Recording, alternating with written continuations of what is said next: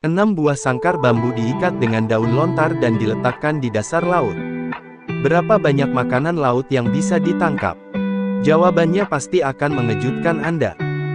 Dan jika Anda ingin menangkap lebih banyak makanan laut, kandang bambu ini tidak bisa diletakkan begitu saja.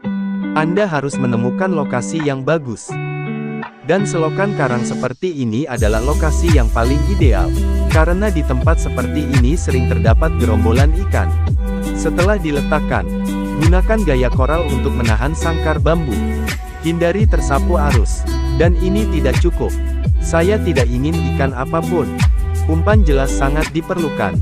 Putriku juga tidak menganggur di kapal. Dia memotong ikan menjadi potongan-potongan kecil. Dan potong sebagian ikan menjadi beberapa bagian.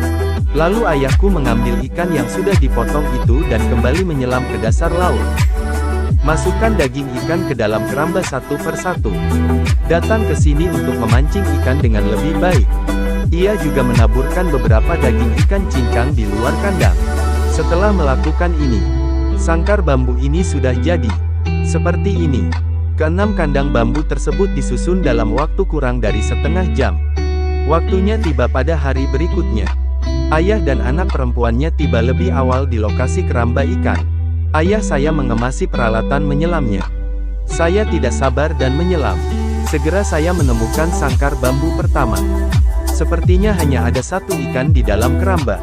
Meski ikannya tidak banyak, namun jangan remehkan ikan ini. Ini adalah ikan kerapu. Saya perkirakan beratnya sekitar 2 kg. Yang ini bernilai ratusan dolar. Dan ini hanyalah permulaan. Kemudian dia datang untuk mengambil sangkar bambu kedua. Kandang ini juga mengalami kegagalan. Dan ada beberapa ikan di dalamnya. Ia sangat puas dengan hasil panen dari kandang ini. Keluarkan sangkar bambu dan segera melayang ke air. Putri di perahu itu mengambil sangkar itu dan membawanya ke atas perahu.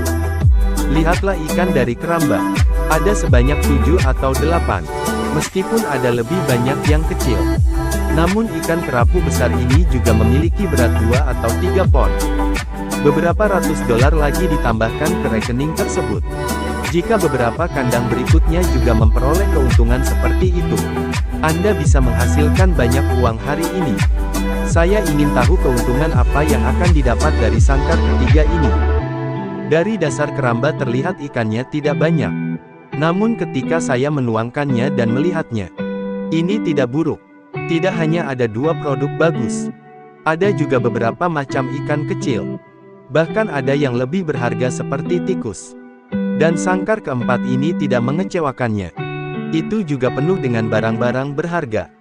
Dia menekan kegembiraan batinnya. Melayang dengan cepat, sangkar itu diseret keluar dari air dalam waktu kurang dari 10 detik. Tuangkan dan lihatlah. Tidak hanya ada ikan kerapu yang berbobot 1 pon. Ada juga tempat suci. Saya ingin tahu apakah Anda iri dengan hasil panen seperti itu. Dan ayah dan anak perempuannya juga tahu bagaimana memintanya dengan tidak berlebihan. Mereka memasukkan kembali beberapa ikan yang lebih kecil. Hanya dengan cara ini akan ada aliran penangkapan ikan yang stabil. Saat ini sudah terkumpul 4 keramba bambu. Kabinnya penuh dengan umpan. Hal ini membuat kedua wanita itu tersenyum lebar kegirangan. Sepertinya ada yang salah dengan kandang kelima. Sepertinya ada banyak umpan di dalamnya. Setelah menuangkannya, benar saja hanya tersisa 2 ikan hidup dari 6 umpan. Meskipun ikan mati ini tidak ada gunanya, tapi masih enak untuk dibawa pulang dan dimakan. Saat ini, hanya tersisa 1 ichthyosaurus. Dan sangkar terakhir juga menghadirkan kejutan. Kandang ini juga merupakan kandang yang hasil panennya paling baik. Ada 2 ikan kerapu besar. Ada juga beberapa ikan kecil.